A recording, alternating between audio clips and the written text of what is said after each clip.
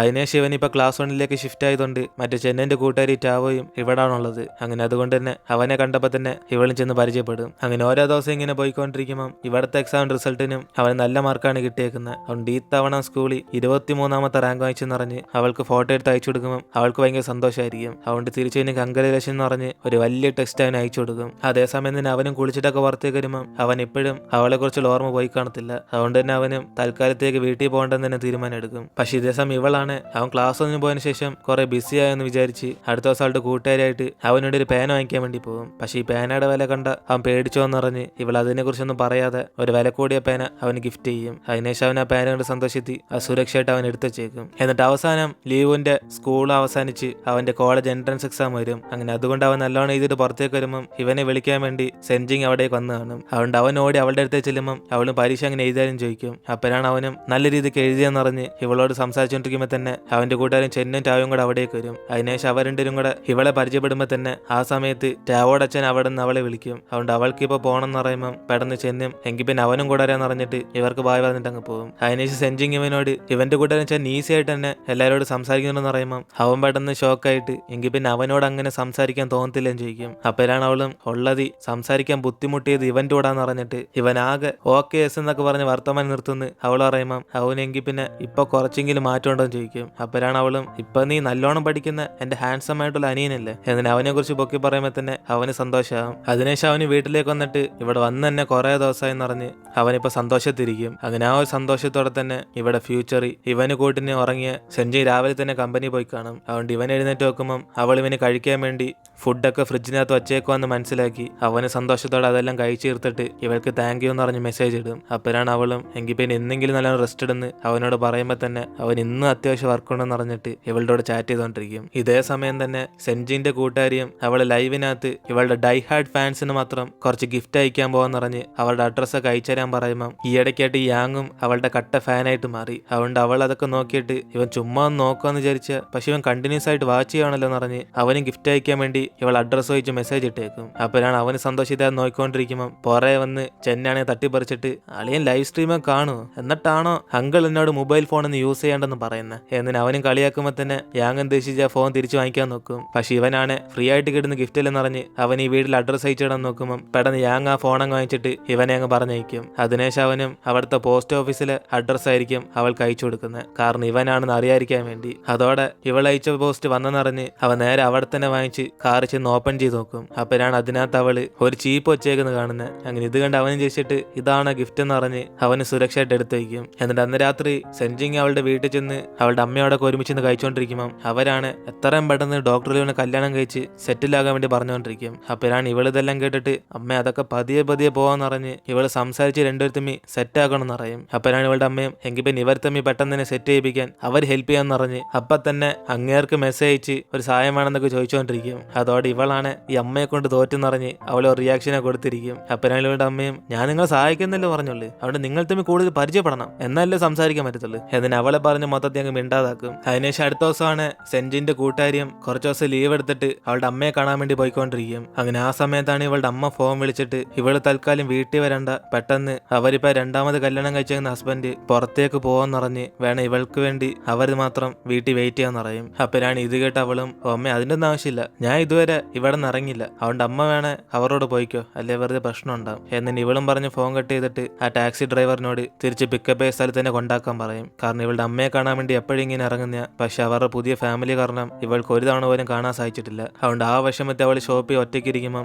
അവിടേക്ക് പെട്ടെന്ന് യാങ്ങും വരും. അങ്ങനെ ഇവളെ കണ്ടിട്ട് അവനും ഇവള് വീട്ടിൽ പോകാന്ന് പറഞ്ഞിട്ട് പോയില്ലെന്ന് ചോദിക്കുമ്പോൾ അവളും ഫ്ലൈറ്റ് മിസ്സായെന്ന് കള്ളം പറയും. കൂടാതെ ഇവനെ ഇന്ന് ക്യാമ്പിങ്ങിന് പോയില്ലെന്ന് ചോദിക്കുമ്പോൾ തന്നെ അവനും കുറച്ച് ലേറ്റായെന്ന് പറഞ്ഞിട്ട് അവനും കള്ളം പറഞ്ഞ് ഇവളുടെ അടുത്തേക്ക് വരും. അപ്പോഴാണ് അവളും നേരത്തെ തന്നെ ഇവരുടെ ഒരുമിച്ച് സ്റ്റാർസ് കാണാൻ വന്നാൽ മതിയായിരുന്നെന്ന് അവൾ കുറച്ച് സങ്കടത്തിലൊക്കെ പറയുമ്പോൾ തന്നെ അവനും എങ്കിൽ പിന്നെ നമുക്ക് ഇവിടെ ചെന്നെ കാണാൻ പറഞ്ഞ് അവൻ അവിടുത്തെ മതിലിനകത്ത് തന്നെ ഇവൾക്ക് സ്റ്റാർസ് കാണിച്ചു കൊടുക്കും. അങ്ങനെ അതുകൊണ്ട് അവളും കുറച്ച് ഇമോഷണലായി ഇവന്റെ അടുത്തേക്ക് ചാഞ്ഞിരുന്നിട്ട് ഇന്നെ തൊട്ട് ഇവന്റെ കൂടെ മാത്രമേ അവൾ സ്റ്റാർസ് കാണത്തുള്ളൂ എന്ന് പറയുമ്പോൾ അവനും കുറച്ച് സന്തോഷത്തി തിരിച്ച് ഓക്കെ പറയും. എന്നിട്ട് അടുത്ത ദിവസം ലീവും യാങ്ങും കൂടെ ബിസിനസ്സുകാരായിട്ട് സംസാരിച്ചിട്ട് അവര് പുറത്ത് സെൻജിന്റെ കൂട്ടുകാരുടെ ഷോപ്പിലേക്ക് ചെല്ലും. കാരണം യാങ് ആണ് അവളെ കാണാൻ വേണ്ടി വിളിച്ചോണ്ടിരുന്നത്. പക്ഷെ അതേസമയം സെൻജിങ്ങിനെ അവിടെ കണ്ടിട്ട് ഇവിടെ യാങ്ങിന് മനസ്സിലാവും സെൻജിങ്ങിന്റെ കൂട്ടുകാരിയായിട്ട് അവനിപ്പോ നല്ല പരിചയമുള്ളതെന്ന്. അതുകൊണ്ട് അവനും ഇത്രയും ചെറിയ ലോകമാണെന്ന് പറഞ്ഞ് അവൻ ചോദിക്കുമ്പോൾ അതേസമയം കൂട്ടുകാരിയാണ് എന്തോ ഞങ്ങൾ ബെസ്റ്റീസായി നിനക്കൊല്ലം പ്രശ്നം ഉണ്ടോന്ന് പറഞ്ഞ് അവനായിട്ട് കളിയാക്കി കളിയായിക്കൊണ്ടിരിക്കും. അപ്പോഴാണ് ലീവും അപ്പൊ ഇതാണോ ഫ്രണ്ടിന്റെ ഷോപ്പ് എന്ന് പറഞ്ഞ് അവൻ യാങ്ങിനോട് ചോദിക്കുമ്പോൾ ഇവിടെ കൂട്ടുകാരും ജലസായിട്ട് ഫ്രണ്ട് അല്ലേ, ഓക്കെ എങ്കിൽ പിന്നെ ഫ്രണ്ട്സിന്റെ കൂടെ നമുക്കും കൂടെ ടൈം സ്പെൻഡ് ചെയ്യാം എന്നിന് അവൾ ആക്കിയ രീതി പറഞ്ഞിട്ട്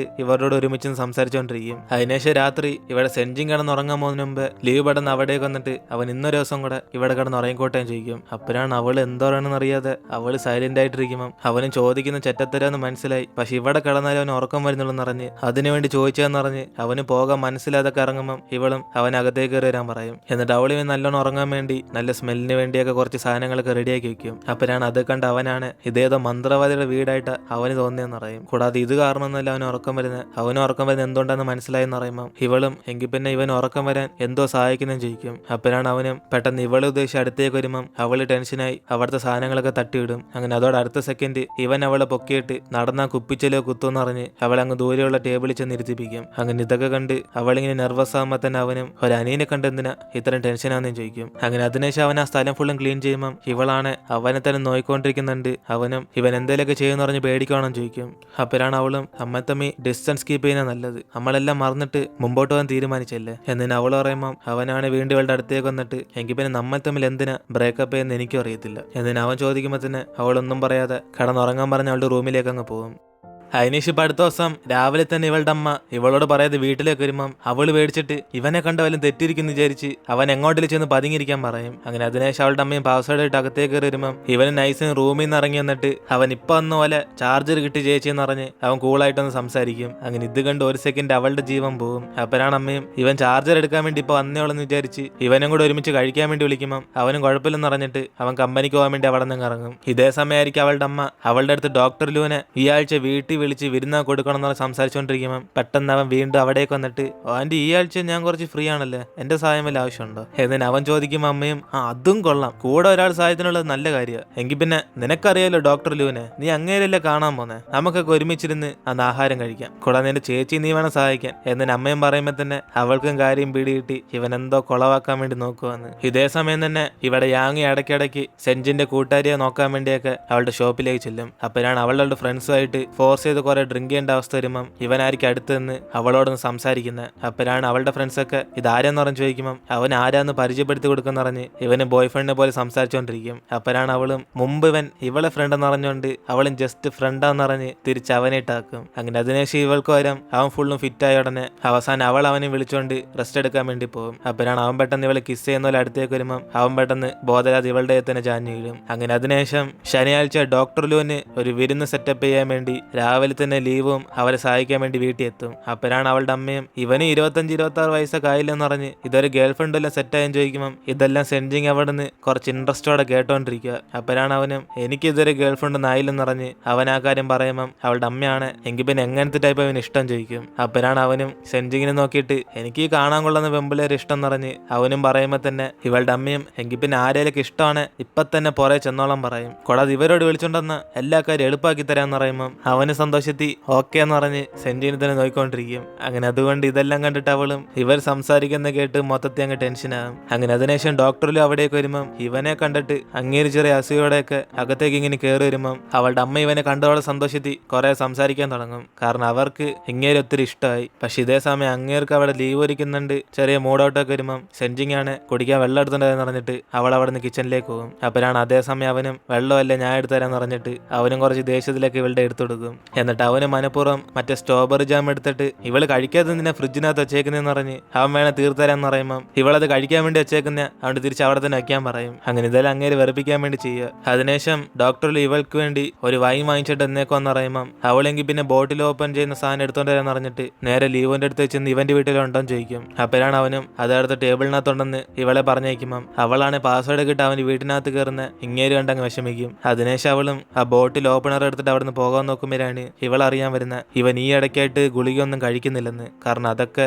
ഇപ്പോഴും ആ ബോക്സിൽ തന്നെ കിടക്കുക. അതിനുശേഷം വീട്ടിലേക്ക് വന്നിട്ട് ഇവരൊക്കെ സംസാരിച്ചുകൊണ്ടിരിക്കുമ്പം അവളുടെ ചിന്ത ഫുള്ളും ഇവൻ എന്തുകൊണ്ട് ആ മരുന്നൊക്കെ എടുക്കാത്തെന്ന് പറഞ്ഞ. അപ്പോഴാണ് ഇവർ കഴിക്കുന്ന ഇടയ്ക്ക് ലീവോ ആണ് കൊഞ്ചെടുത്ത് കഴിക്കാൻ പോകുമ്പം ഇത് കണ്ട അവളും ഇവന് സീ ഫുഡ് അലർജി ആയിട്ടുള്ള കാര്യം ഇവൻ അതിന് മറന്നുപോയെന്ന് ചോദിക്കും. അപ്പോഴാണ് അവനും ഓർത്തില്ലെന്ന് പറഞ്ഞിട്ട് അതെടുത്ത് ഇവൾ കഴിക്കാൻ വേണ്ടി കൊടുക്കും. അങ്ങനെ ഇത് കണ്ട് ഡോക്ടർ ലൂ അസൂയപ്പെട്ടിട്ട് ഇന്ന് വിരുന്നിന് വിളിച്ചതിന് അവളുടെ അമ്മയോട് താങ്ക്സ് പറഞ്ഞുകൊണ്ടിരിക്കും. അങ്ങനെ അതിനുശേഷം രാത്രി അമ്മയും തിരിച്ച് വീട്ടിലേക്ക് പോകുമ്പം സെൻജിങ്ങും അങ്ങേരെ പിക്കപ്പ് ചെയ്യാൻ ടാക്സി വരുന്നവരെ അവളും കൂട്ടിന് വെയിറ്റ് ചെയ്യും. അപ്പോഴാണ് ഡോക്ടർ ഇവളോട് ഇവള് വിചാരിക്കുന്ന എക്സ്പെക്ടേഷൻ അത്രയും ഇങ്ങേര് എത്തിയെന്ന് ചോദിക്കും. അങ്ങനെ പെട്ടെന്ന് ഇങ്ങനെ ഒരു ചോദ്യം ചോദിച്ച ഉടനെ അവൾ എന്താ പറയണമെന്നറിയാതെ ഇങ്ങേര് നല്ല വ്യക്തിയാന്ന് പറയുമ്പോൾ ഇത് കേട്ട് അങ്ങേരും രണ്ടുപേരും തമ്മി വലുതായിട്ടൊന്നും സെറ്റ് ആയില്ലെങ്കിലും നമുക്ക് ഇനി അണ്ടർസ്റ്റാൻഡ് ചെയ്യാൻ സമയമുണ്ടെന്ന് പറഞ്ഞ് എല്ലാം പതിയെ പതിയെ കൊണ്ടുപോകുന്ന പറയും. അതുകൊണ്ട് പെട്ടെന്ന് അങ്ങേര് ഒരുമിച്ച് ജീവിതം സ്റ്റാർട്ട് ചെയ്യുന്നതിനെ കുറിച്ച് സംസാരിച്ചുകൊണ്ടിരിക്കുമ്പോൾ അവളും ചെറിയ ടെൻഷന് ഇത്രയും പെട്ടെന്ന് പറഞ്ഞതുകൊണ്ട് അവൾക്ക് എന്തോ പറയണമെന്ന് ഒരു പിടിയില്ലെന്ന് പറയും. അപ്പോഴാണ് ഡോക്ടർ ലൂവും ഇത്രയും പെട്ടെന്ന് പറയാനുള്ള കാരണം എനിക്കും അറിയത്തില്ല, പക്ഷെ എനിക്കിതിപ്പോ പറയണമെന്ന് തോന്നി. നമ്മൾ തമ്മിലുള്ള ബന്ധത്തിനെ മുന്നോട്ട് കൊണ്ടുപോകാൻ നീ ആഗ്രഹിക്കുന്നുണ്ടോ? എനിക്കിപ്പം തന്നെ ഉത്തരം വേണമെന്നില്ല, കുറച്ച് സമയം എടുത്ത് ആലോചിച്ചിട്ട് പറഞ്ഞാലും മതി. എന്നിട്ട് അങ്ങേര് പറയുമ്പോൾ തന്നെ അവൾ നെർവസായി. ഇത്രയും ദിവസം സംസാരിച്ചത് ഇവൾക്കൊന്നും ബുദ്ധിമുട്ടൊന്നും ഫീൽ ചെയ്തില്ല, അവൾക്ക് കംഫർട്ടബിൾ ആയിട്ട് തന്നെ തോന്നിയെന്ന് പറയും. പക്ഷെ എന്നാലും കുറച്ച് സമയം ആലോചിക്കാൻ വേണമെന്ന് പറഞ്ഞിട്ട് അവൾ കുറച്ച് അവകാശം ചോദിക്കും. അങ്ങനെ ഈ ഒരു സീനോടെയാണ് നമ്മുടെ ഇന്നത്തെ എപ്പിസോഡ് അവസാനിക്കുന്നത്. ഇതിനേശം എന്തൊക്കെ സമയമാകും നമുക്ക് വെയിറ്റ് ചെയ്ത് അടുത്ത എപ്പിസോഡിൽ കാണാം.